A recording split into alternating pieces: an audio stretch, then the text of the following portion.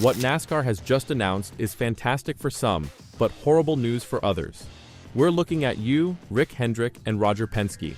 As a result of the ongoing court battle and numerous changes within the sport, the NASCAR Charter structure has been the subject of much debate in 2024, as the sport navigates one of its most turbulent periods in recent history. We, as fans and teams, are left wondering what the future holds, especially as the regular season concludes without a clear agreement on the charter system.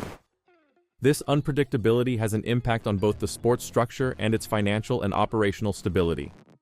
Let's discuss the charter system, why it matters, and what NASCAR did this time, and what this could mean for some teams. Especially the bigger teams won't like this one.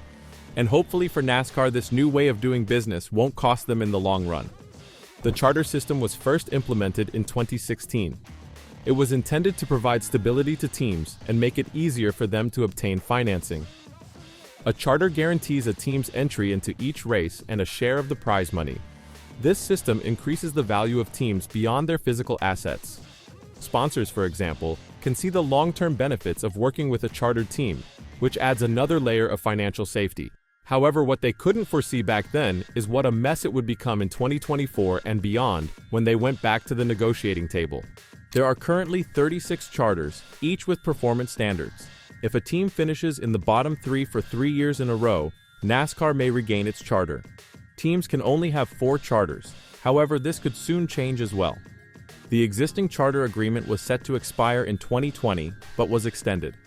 Negotiations for a new deal were supposed to end earlier last year, but the process has dragged on. This delay has resulted in uncertainty. For example, Stewart-Haas Racing has decided to stop operations, putting 4 charters on the market. The significance of these charters has shifted dramatically. Spire Motorsports paid $40 million for a charter in 2023, while Front Row Motorsports spent $20 to $25 million in 2024. This shows how vulnerable the market has become. Teams are unsatisfied with how revenue is divided under the current agreement.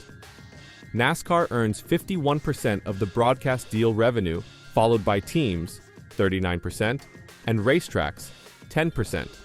Running a race car in the Cup Series costs around $18 million per year. This figure excludes expenses such as driver pay, marketing, and sponsorship. Because of the income split, teams must generate 60% to 80% of their revenue through sponsorships.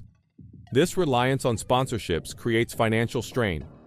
In contrast, sponsorships account for only 8% to 12% of Major League Baseball's earnings. NASCAR's model is unique, with cars frequently boasting different sponsor-driven designs for each race. Teams' profit margins are particularly tight because of their reliance on sponsors, and the teams wanted to change that. Teams began to express concerns in 2022, calling the current system faulty. They sought for a larger slice of the current media rights agreement, which runs from 2025 to 2031. NASCAR's new media rights contract, worth $7.7 billion over 7 years, is its most lucrative yet. However, it has not addressed the team's concerns. In actuality, it has presented additional obstacles. NASCAR had planned to have 3 broadcast partners, but ended up with 4. This fragmented strategy may lead to subscription fatigue among fans, as they may need multiple memberships to watch races, including the Xfinity Series. NASCAR's programming will be available across 5 platforms. While streaming may appeal to younger audiences, casual viewers may struggle to keep up with the season. But that isn't all, as the teams will also have to do some thinking, especially the big ones, as NASCAR intends to clamp down on them as well. This came to light as Fox Sports' Bob Pockrass delivered a critical update on NASCAR's new charter agreement. He confirmed that future teams will be limited to 3 charters. This development marks a significant shift in the way teams operate and manage their participation in the series. There is good news for teams like Hendrick Motorsports and Joe Gibbs Racing, which already operate with 4 charters. They will be grandfathered under the new rules. This suggests that they can continue to run 4 chartered cars without changing their current arrangement. This provision guarantees that these top-tier teams will remain competitive and stable as NASCAR implements the new agreement. Although it's not sure for how long, and we all know the France family, they might change a thing or two in the future. So don't be surprised if the top teams slim down to 3 charters in the coming years. Other teams operating under the new 3-charter regulation have some flexibility. While they are only allowed 3 charters, they can enter a 4th car in races. However, instead of racing with a charter, this 4th car would participate as part of an open team. This enables teams to expand their operations on a part-time basis or experiment with new entrants without fully committing to another charter.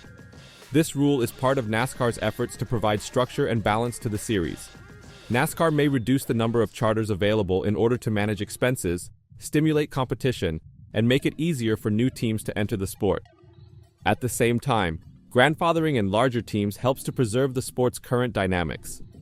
As these changes take effect, it will be fascinating to see how teams react. The media landscape is shifting.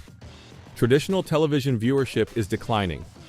In 2016, nearly 100 million households in the United States had pay TV subscriptions, but this figure is expected to drop to 68.5 million by 2022.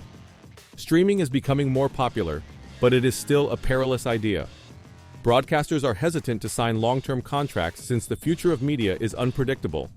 NASCAR's current contract, albeit lucrative, is the shortest since 2001, lasting only 7 years. NASCAR had a busy year in 2024, with many twists and turns shaping its future. At the beginning of the year, in January, there were ongoing discussions about charter agreements. These charters are significant because they give teams a steady position in the series. NASCAR proposed increasing teams' share of broadcast income from 39% to 42%. However, insiders believe the genuine offer was closer to 50%, indicating a significant rise. Despite the increase, no final agreement was reached.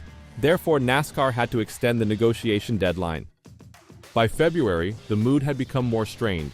The teams let the extension expire to indicate their displeasure with the lack of progress. If the charters were allowed to expire completely, teams might have considered leaving NASCAR and creating a competing racing series. To calm down the uproar, NASCAR suggested a 7-year extension of the current charter agreement. Teams, however, wanted the new way to be permanent. NASCAR was hesitant to incorporate it into its regulations indefinitely. This generated debate around a compromise in which teams may keep their charters permanently, but only provided they met certain requirements. In May, NASCAR attempted to change the spotlight with an intriguing revelation. They organized an in-season competition to match with TNT Sports' broadcast schedule. The winner of this tournament received $1 million. While this boosted enthusiasm among fans, it was unclear whether it would lessen tensions between NASCAR and the teams. June delivered more unexpected news. It was stated that NASCAR was considering allowing the France family to buy charters. This was surprising because, under current rules, no member of the France family, which runs NASCAR, may hold a charter.